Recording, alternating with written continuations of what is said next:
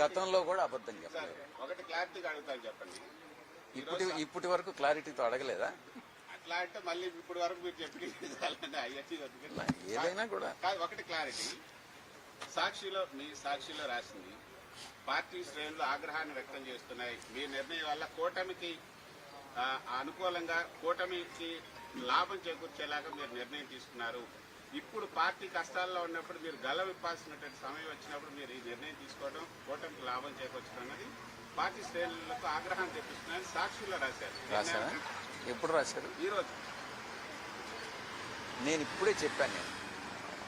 వైఎస్ఆర్సీపీకి ఉన్నటువంటి 11 మందితో తిరిగి రాజ్యసభకు నన్ను కానీ ఇంకెవరిని కానీ పంపించలేరు. అది కూటమికి వెళుతుంది సీటు. ఈ విషయం నాకు తెలుసు. నేనేం తెలియకుండా రాజీనామా చేయలే. నేను అబద్ధం చెప్పను. దీనిలో బెనిఫిషియరీ ఎవరన్నానంటే కూటమి. అది వాళ్ళకే వదిలేస్తున్నాను. ఏం చేయాలి, ఎవరిని సెలెక్ట్ చేసుకోవాలి. నా ఓన్లీ రిక్వెస్ట్ ఏందనంటే నాకన్నా ఇంకా కొంచెం విజ్ఞానవంతుడు, ఇంకా కెపాసిటీస్ ఎక్కువ ఉన్న అతన్ని కానీ తీసుకొస్తే అది ఏ పార్టీకి సంబంధించి అయినా అది రాష్ట్రానికి, దేశానికి ఉపయోగపడుతుందని మాత్రమే నేను చెప్పగలను. ఇది మీరు సాక్షిలో రాసింది 100% కరెక్ట్. దీనివల్ల లబ్ధి పొందేటటువంటిది కూటమి నుంచి నేను ఏదన్నా డబ్బులు తీసుకున్నానని మీరు భావిస్తున్నారా? చెప్పండి. అదైనా కూడా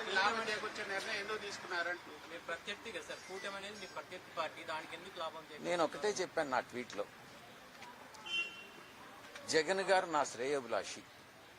ఆ కుటుంబంతో నాకు 4 దశాబ్దాల సంబంధం ఉంది. చంద్రబాబు నాయుడు గారిని రాజకీయంగా నేను వ్యతిరేకించా. కుటుంబ పరంగా ఎటువంటి అభిప్రాయ భేదాలు లేవు, వ్యక్తిగత విభేదాలు లేవు. పవన్ కళ్యాణ్ గారితో నాకు చిరకాల స్నేహం ఉంది. ఈ రోజు కాదు, చెన్నై రోజుల నుంచి ఉంది. ఇక ప్రత్యర్థి అంటున్నారు. దేంట్లో ప్రత్యర్థి? వీళ్ళందరూ కూడా నేను ప్రత్యర్థులుగా భావించట్లేదు. నాకు ఒక క్లారిటీ ఉంది. దేంట్లో నేను రాజకీయాల్లో ఎలా విభేదించాను, రాజకీయాలు మాత్రమే నేను విభేదించాను, వ్యక్తిగతంగా ఎక్కడ లేదు. ఇప్పుడు కృష్ణ అంటే ఆంధ్రజ్యోతిలో పనిచేస్తున్నాడు కాబట్టి ఆంధ్రజ్యోతి నాకు వ్యతిరేకంగా అబద్ధాలు రాస్తుంది కాబట్టి నేను, కానీ కృష్ణ పట్ల నాకేం వ్యక్తిగతంగా ఏం ఉండదే. ప్రొఫెషనే, వ్యక్తిగతం.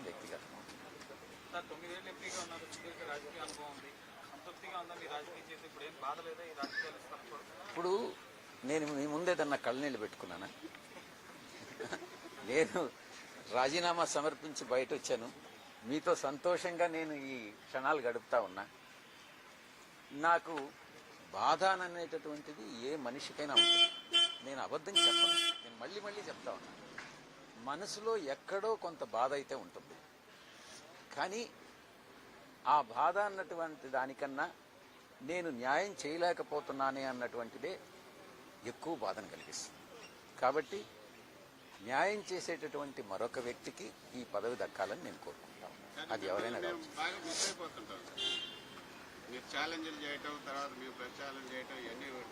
నేను ఛాలెంజ్ చేసినంత కూడా నేను చేసి చూపిస్తాను. ముఖ్యంగా మీ మీద డిఫమేషన్ కేసు అయితే వదలను. ఎందుకనంటే నేను ఉమనైజర్ కాదు. ఎవరు ఉమనైజర్ అనేటటువంటిది మీకు తెలుసు. దాని విషయంలో మాత్రం నేను వదిలే ప్రసక్తే లేదు. ఇంకా చాలా ఉన్నాయి. కేవీ రావు విషయం నేను లాస్ట్ ప్రెస్ కాన్ఫరెన్స్లో నేను చెప్పాను. కేవీ రావు మీద డిఫమేషన్ వేస్తాను అని. ఈ రోజు చెప్తా ఉన్నా కేవీ రావు మీద డిఫమేషన్ వేస్తాను. కొనసాగితే నేనేం భయపడేవాడిని కాదు కదా. సంవత్సరం రోజులు జైల్లో ఉండొచ్చి నేను 9 సంవత్సరాలు రాజ్యసభ సభ్యుడిగా పనిచేశాను. 22-23 కేసులున్నాయి. భయం అనేటటువంటిది ఈ ఒంట్లో లేదు, భవిష్యత్తులో కూడా రాదు. Thank you. Sir, in English also, if you can tell us, you have come here. You ask me questions, I'll tell So you. you have come to submit a resignation. So Mike, no, here only. You have come to submit a resignation. You announced that you are quitting politics. So what is the reason and what made you take this decision? I have submitted my resignation and the Honorable Chairman Rajya Sabha has accepted my resignation, and he asked me specifically what are the reason, whether it is voluntary or is there any coercion or undue influence. I have explained to Honorable Chairman that my resignation is voluntary, spontaneous, and there is no coercion, pressure or no undue influence. And it is only because of personal reasons I have submitted my resignation. I have requested the Honorable Chairman to kindly accept it, and he obliged my accept, and he has accepted the resignation. Did you speak to Mr. Jagan Mohan Reddy before taking the Yes, decision? I have spoken to my Honorable Party President Sri Jagan Mohan Reddy Garu yesterday, and I have explained him in detail the reasons why I have taken the decision to quit the politics. And he has advised me not to do so, despite the fact that he has asked me not to do so. I have continued with my decision, and I have submitted my resignation, and I will be quitting the politics. But will you still be in some ways trying to help with your the education that you had tried to help the party, or continue doing? My interest is agriculture and giving guest lectures in various universities, and with the limited knowledge what I have in different fields, because I am a chartered accountant by profession, and I worked for the capital markets, and I was at one time I was also member of National Stock Exchange. I wrote the exam and I passed the interview. I have wide experience in capital markets, and I have a reasonably good experience in the parliament and the parliamentary procedures and constitutional aspects. And with the limited knowledge what I have obtained in my 67 years of life, I would like to share it with others, because obtaining knowledge is one thing, and giving knowledge to others is also very equally important. Therefore, I'll try to spend my time in imparting the knowledge what I have to the other students and others. But so you could have waited for your tenure to get over. Why this decision so abruptly, like not anyone knowing? See, I have already explained to you that on account of the personal reasons, I have submitted my resignation. I have sincerely felt that I am not in a position to do justice to the job what has been given to me by my Honorable President, Party President. And in the light of this background, I have submitted my resignation. Thank you very much.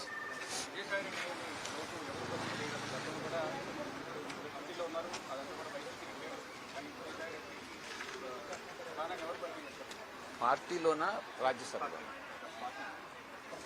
పార్టీలో నేను చెప్పాను కదా, నాలాంటి వాళ్ళు 1000 మంది party నుండి వదిలిపోయినా కూడా జగన్మోహన్ రెడ్డి గారి ప్రజాదరణ అన్నటువంటిది ఎటువంటి పరిస్థితుల్లో తగ్గదు.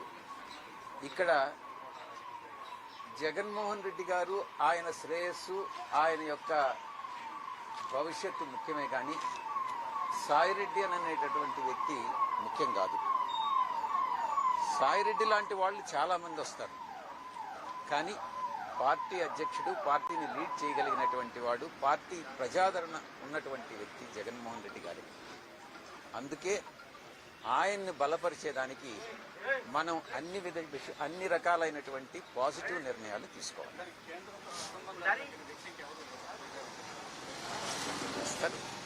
ఇప్పటికి 1950 సంవత్సరం నుంచి కాన్స్టిట్యూషన్ యాక్సెప్ట్ అయినప్పటి నుంచి కూడా, అమల్లోకి వచ్చినప్పటి నుంచి ఈ రోజు వరకు కూడా చాలామంది నాయకులు వచ్చారు, చాలామంది నాయకులు వెళ్ళారు. మనుషులు వస్తూ ఉంటారు, నాయకులు పోతూ ఉంటారు. కానీ ఈ ప్రాసెస్ అనేటటువంటిది కంటిన్యూస్ ప్రాసెస్. గవర్నెన్స్ అనేటటువంటిది కంటిన్యూస్ ప్రాసెస్. ప్రభుత్వాలు వస్తాయి, ప్రభుత్వాలు పోతాయి, కానీ గవర్నెన్స్ అనేటటువంటిది కంటిన్యూ చేస్తాను. కానీ పార్టీకి మీరు అండగా నిలబడ్డారు, చీఫ్ లెఫ్టినెంట్ గా ఉన్నారు. అసలు ఇప్పుడు మీరు పోవటం అంటే పార్టీ మొత్తం కూడా కుదేలైనట్టే అన్న ఒక భావన కూడా కలుగుతుంది. పార్టీ కార్యకర్తలు కూడా నిరుత్సాహానికి వాళ్ళు కూడా పార్టీకి వెళ్ళే అవకాశం ఉంది. నేను పార్టీలో ఉన్నప్పుడు